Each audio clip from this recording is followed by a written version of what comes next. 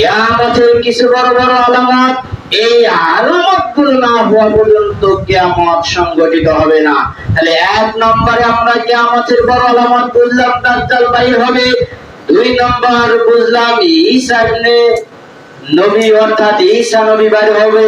তিন নম্বরে বুঝলাম দাব্বাতুল আরদ অর্থাৎ একটা ভয়ঙ্কর প্রাণী বাইর হবে যা মানুষের সাথে কথা বলবে। চার নম্বরে বুঝলাম একটা ধোঁয়া বাইর হবে যা সারা পৃথিবী ধোঁয়ায় ছেয়ে যাবে।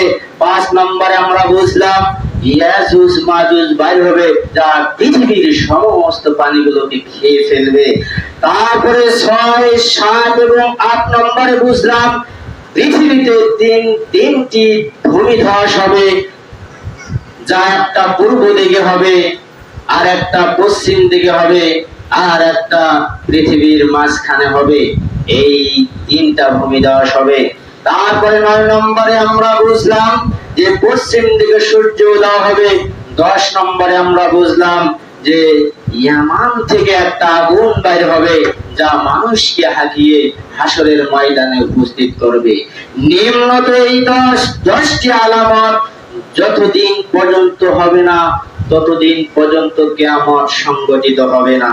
তাই সম্মানিত উপস্থিত, আসুন কিয়ামতের আগে আমাদের জীবনটাকে সুন্দর করে বদলিয়ে নেই।